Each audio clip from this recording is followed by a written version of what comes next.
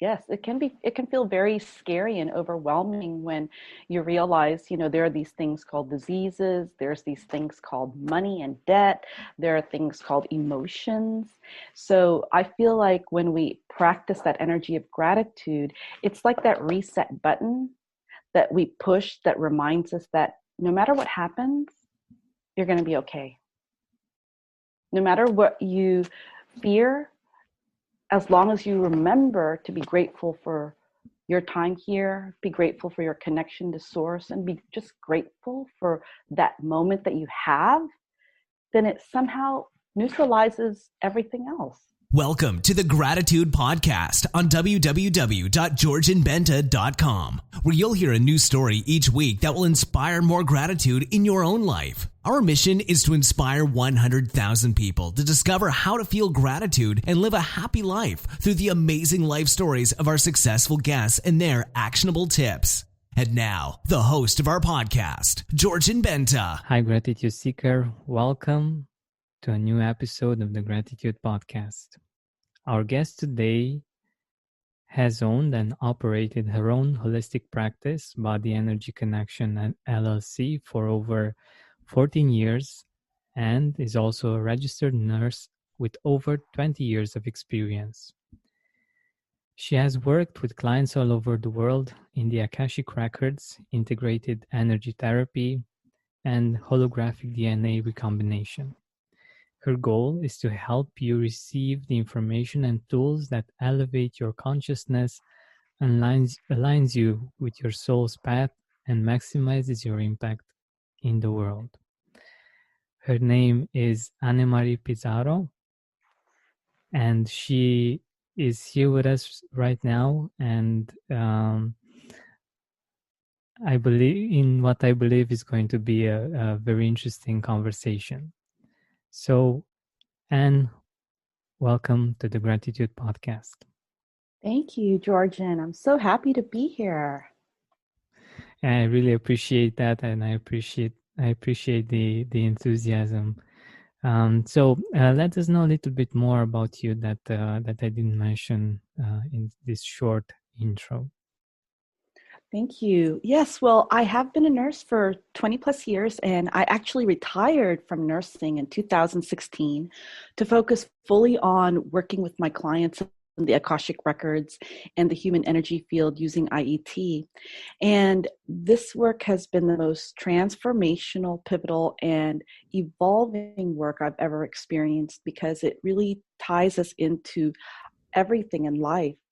And it's also the most fun I've ever had. It's a lot of work to be in a holistic practitioner and entrepreneur, but when you can find meaning through how you influence and impact people's lives, then in a way it makes you so grateful for the work you're doing because, we're here for a short time on earth. So I'm grateful that I can support people in their lives and impact them in ways that continues to last throughout their lives too. Beautiful, beautiful. And how did you go from being a nurse to being holistic practitioner? Well, it had always been my dream to have my own business. And when I first started nursing so many years ago, this was in 1998, I made a promise to myself that 10 years from then, I would be in a completely different field. Well, 10 years from that promise, I was still in nursing, but I had already started learning about how to work with the Akashic Records. It took me another 6 to 7 years to fully make that shift and transition. And I feel like the reason why it happened is because I was getting trained to really understand how to deal with people, how to be diplomatic, how to connect, communicate, and really be compassionate for where people are at. So what really shifted me was when I first received my first Akashic record reading, and I was only about 27, 28 years old. And the information I got from that session was unlike anything I'd ever gotten from any kind of spirit work before, that it triggered my curiosity. And it was really my curiosity that invited me to go down this path. And it's this path that apparently I've done in previous lives, which is sort of like why stepping back into it was a bit of a challenge and also an invitation because I fought it for a long time. So when I finally relaxed and stepped into it, that's when I really felt like I was taken care of by the universe. And the struggle for money, clients, all those things, they just kind of ceased into the background so I could just be in peace with what I was here to do. That's beautiful. That's beautiful. So I'm sure that many of our listeners are thinking about what is actually these Akashic records. Could you explain a little bit? Absolutely. There are two ways that I would describe the Akashic Records. One of the ways is that it's like the universal computer, and the other way is it's a collection of the books of life. And either way you look at it, they achieve one thing, which is to collect data based on our soul's experiences. Every thought, action, word, emotion, potential possibility is recorded in the Akashic Records. And so it's as if when we make one decision, there are all these other potential decisions, all these other potential paths that we can access. But when we choose that one path, all those other potential paths just dissipate into the ether. So I really feel like the Akashic Records is Source's way of collecting information for each and every individual consciousness so that on a deeper level, it can really know itself.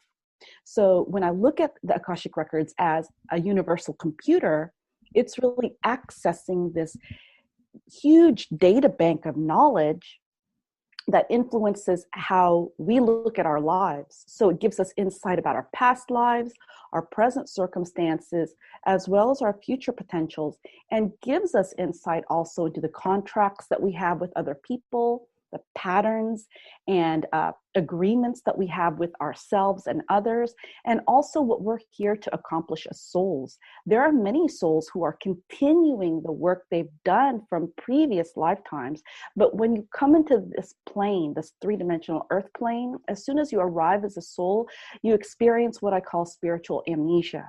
So throughout this life, you're really trying to remember and know on a deep level what you're here to do. So when you work with the Akashic Records, it cuts down that time of asking, wondering, by letting you know what your soul's purpose is, what your major lessons are, what are the things you're here to accomplish, and what are the obstacles that are in the way. And in my experience of working with people for all these years, when you shift your perspective or your mindset, or even your activities and how you live your life, really amazing things happen, miraculous things happen too. Yeah, most definitely. I've seen that happen in my experience as well. But I wanted to challenge you a little bit to find out, for instance, how did you come to believe in past lives? Like, it might be the case for some of our listeners that they are not so sure about this topic. So, Right.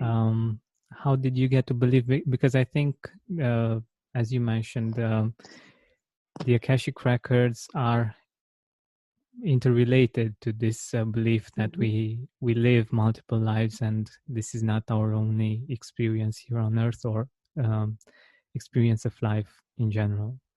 Correct. Yes. Well, I'll be honest with you, Georgian. I actually never believed in past lives until I got my first Akashic record reading. And the reason why I didn't believe in past lives is I wasn't raised that way.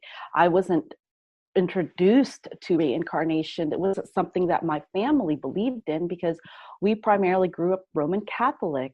So when I got my first Akashic record reading, they really revealed to me what the struggle was I was dealing with in that moment that was connected to a past life activity. And they told me a particular storyline of what I had done, who I was. And then that storyline was like the puzzle that fit the other part of the storyline that belonged to my ex-husband at that time. So I wasn't asking about past lives at all. It was just shown and revealed to me. Then in 2009, I went to Egypt for a 28-day spiritual journey. Every place that I went to, I opened my Akashic Records. And each place that I went to that I opened my Akashic Records, I'd receive a little snippet, like a little 15-second video of an image of actions that I had seen or I had taken. And it wasn't until the end of the trip that I actually got the big picture, all those little 15-second images, finally created a huge story. And that story was so descriptive, and it was so complex that I realized this wasn't just my imagination creating this. It was like I got to see and experience and hear some of the challenges from that life that was influencing this life. So past lives isn't something that I normally work with, but it's one of the most frequent questions that people get, that I get in my sessions with people. So this is something that I started to study and research when I was in my early 30s. And it was a cycle. It's sort of like souls experience these cycles.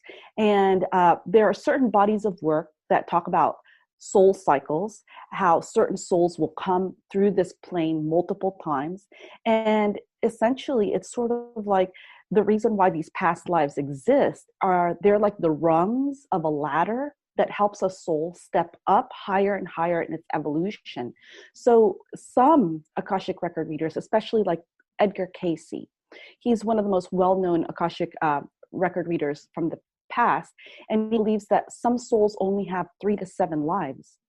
Other readers believe that souls have many, many more lives, not only in this time, but also in other planes. So the thing is I wasn't looking for it.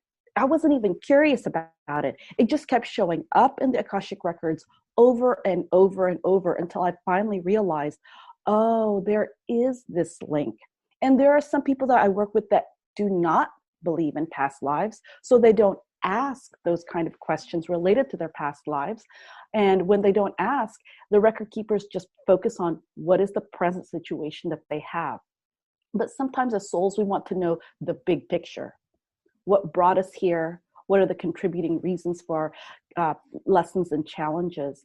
And we have deja vu moments. We have these feelings when we meet other people like, I've met you before. You feel familiar. This feels so easy. And the reason why some of these situations feel that way is because they've happened before.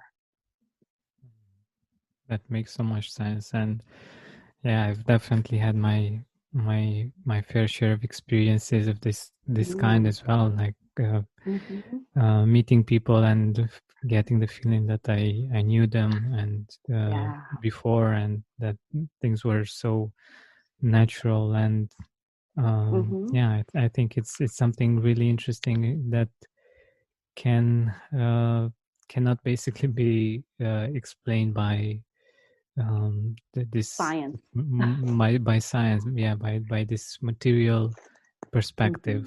And you need other ways of measuring it that right now aren't too material to make sure that I don't know, it's scientific that it's fact, real, but it's something that like it's something that you as being something true, and it's something very personal that it's really hard to explain if you haven't had that experience yet.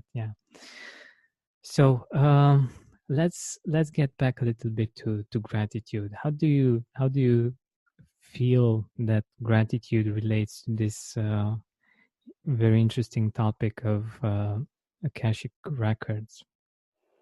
Gosh, this is such a big question, Georgian. And I actually feel gratitude with each and every client that I work with. And it is such a foundation for how I even practice, because gratitude is really how I feel connected to Source.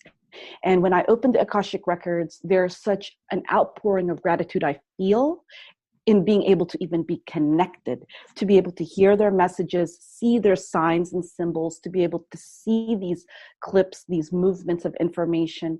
And when I transmit them to the people that I work with, what I get from them are emotional outpourings of resonance, or they thank me for how much the information filled in the gaps for them in their life, or they are grateful for how they've been able to see a more expansive version of themselves.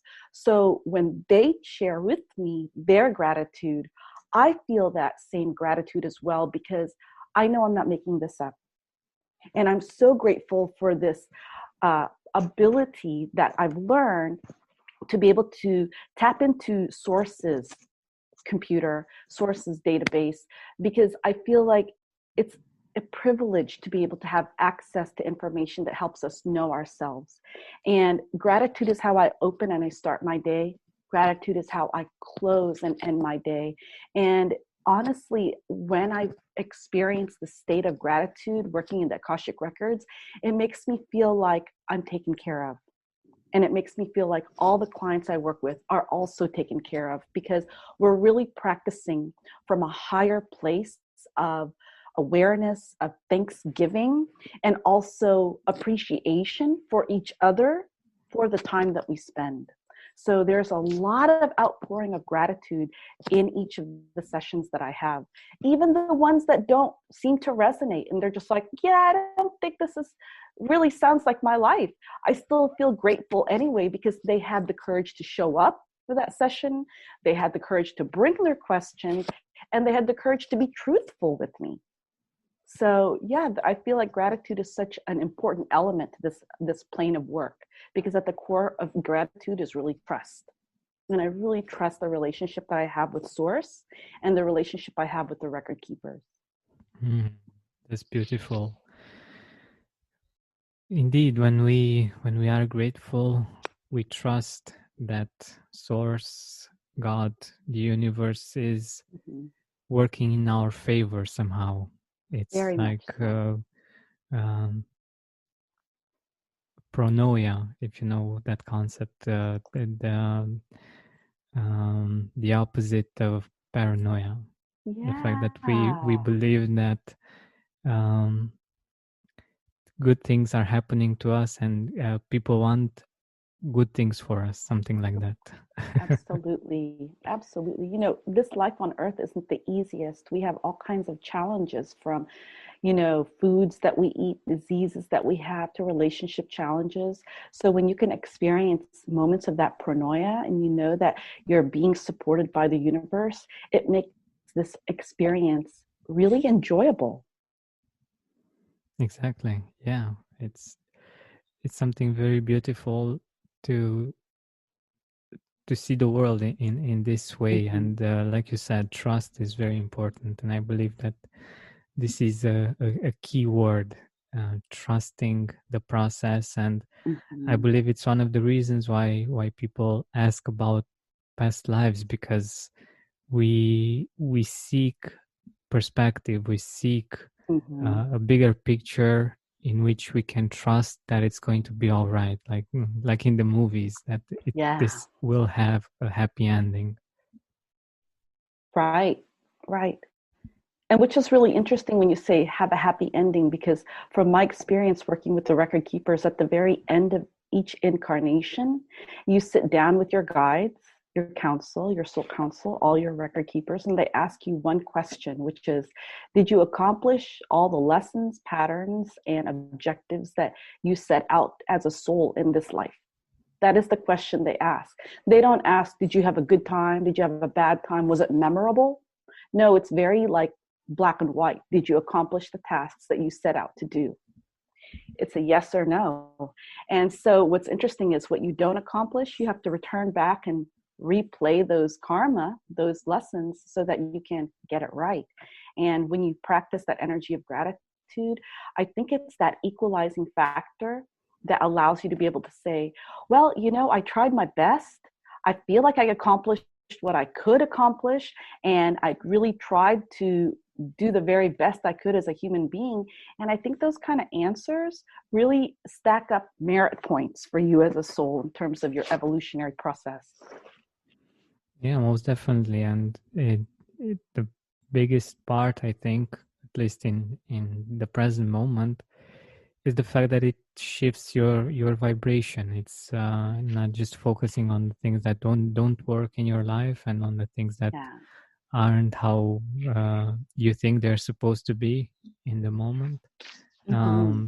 But you're actually seeing those things that work, that are okay. And I believe that's a important way of seeing the world and living life. Otherwise, Mm-hmm. it can be really daunting when Very we much when we so. think about it. Yes, it can feel very scary and overwhelming when you realize, there are these things called diseases, there's these things called money and debt, there are things called emotions. So I feel like when we practice that energy of gratitude, it's like that reset button that we push that reminds us that no matter what happens, you're going to be okay.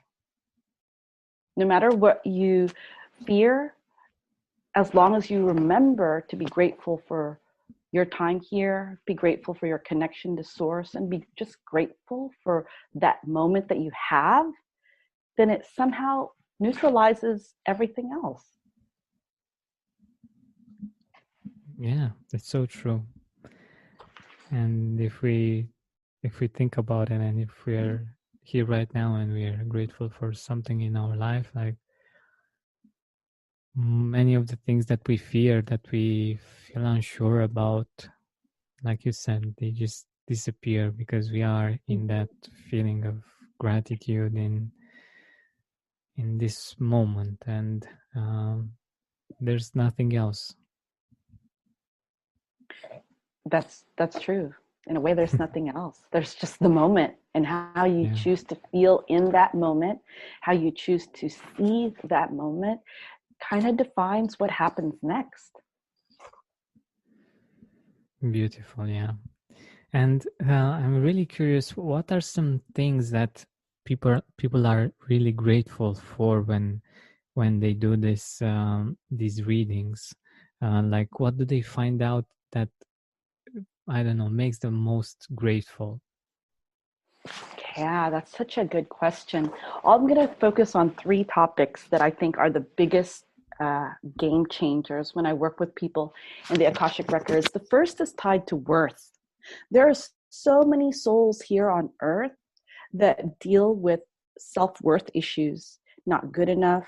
They don't love themselves enough. They don't think they deserve a better life.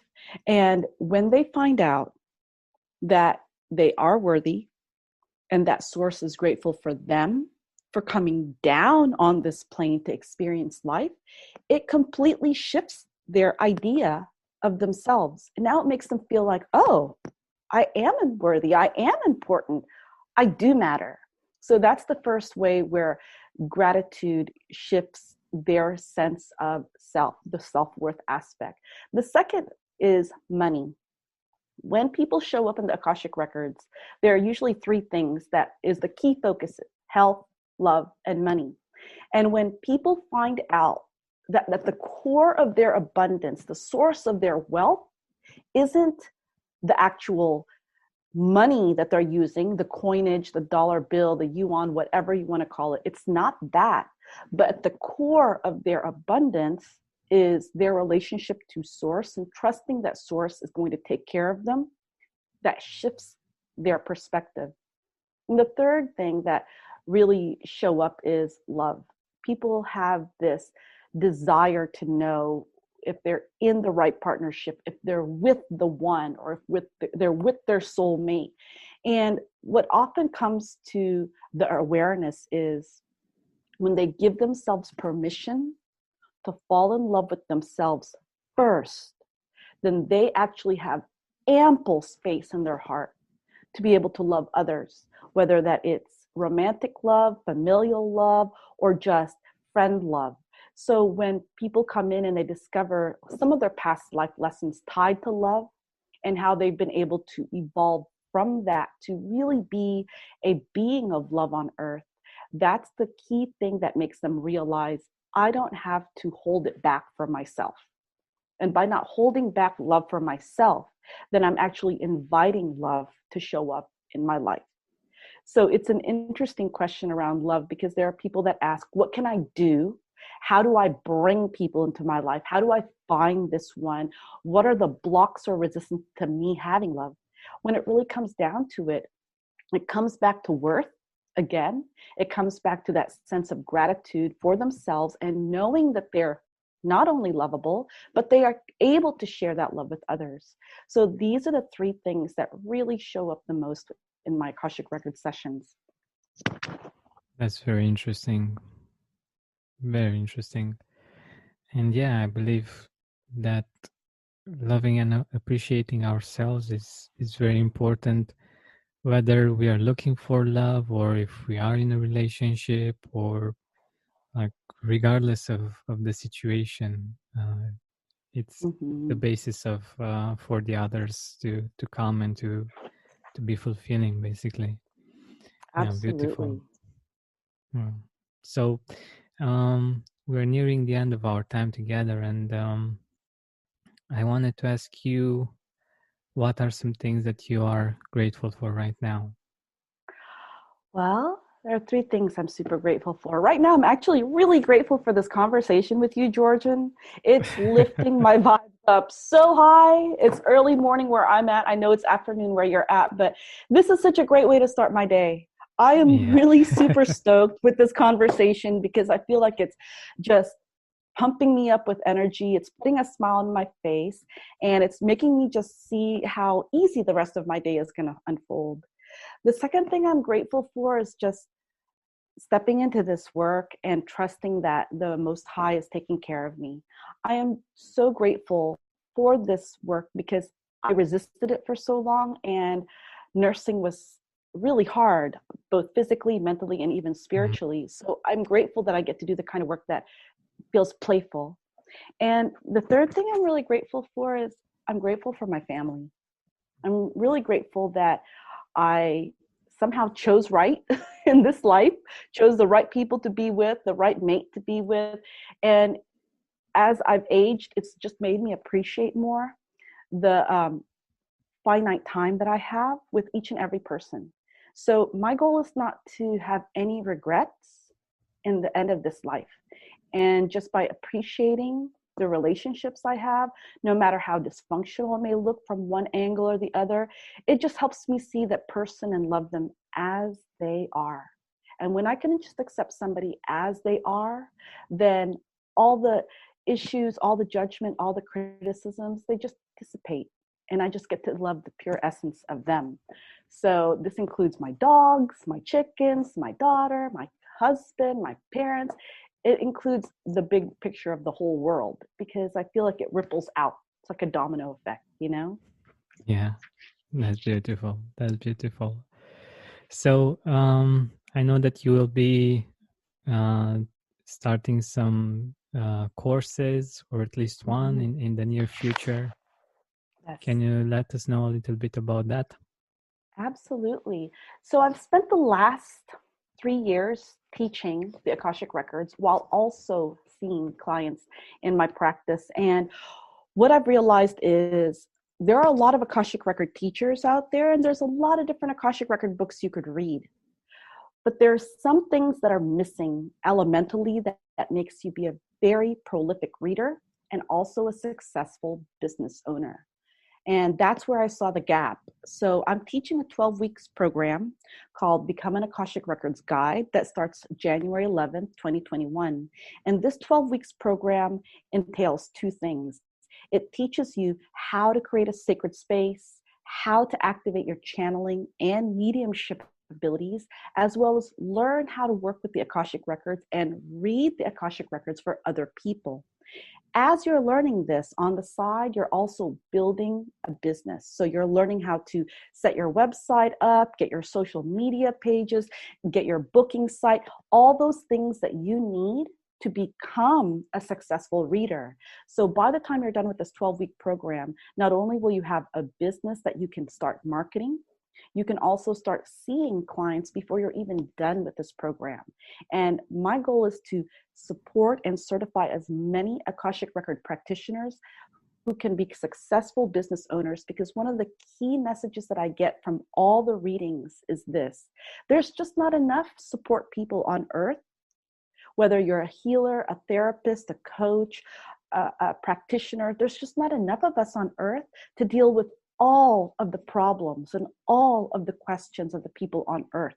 So this is the reason why there's this huge group called the Support Crew. This is a group of beings and souls who agreed to come down to earth during this particular time frame to support the evolution, the awakening, the enlightenment of all the souls around. And it is happening at such a rapid pace that the record keepers usually say there's just not enough. So my goal is to do my part in the support team, teach and train people who want to learn how to read Akashic Records and be successful and sustainable in it. Beautiful. I think there's a quote, but I don't remember it perfectly. It's something like the fact that the world doesn't need more successful people, it needs more healers. And maybe you know it, you know the rest of it, something like that. I've seen that quote, yes. I don't quite remember how it goes, but it seemed like the world doesn't need more successful business owners. It needs more healers, practitioners, spiritual workers. I'm not even sure. I think I'm bungling it up myself, but I do know where you're coming from. You know, there's a lot of already money-oriented businesses, but I'd love to see more heart-oriented businesses. Yeah, exactly. That's the idea behind it. I think it's something important that we need to think about. Maybe it's not about becoming, I don't know, successful in the way that people used to see success, but success can be something very personal and different. So yes. I have the quote: the world doesn't need more successful people. The world desperately needs more peacemakers, healers, restorers, storytellers, and lovers of all kind. Dalai Lama. Oh, yay. I'm a lover of all kind. Yeah. Beautiful. So I will be posting the link to your website and to the course in the description. Thank you very much for being here with us and for sharing your wisdom and your enthusiasm with us. Thank you, Georgian. Like I said, this was so much fun, and I'm so grateful to be on your podcast as a guest because you're doing such important work. Gratitude is really that key to that magical dream life. Thank you. Thank you very much. Thank you.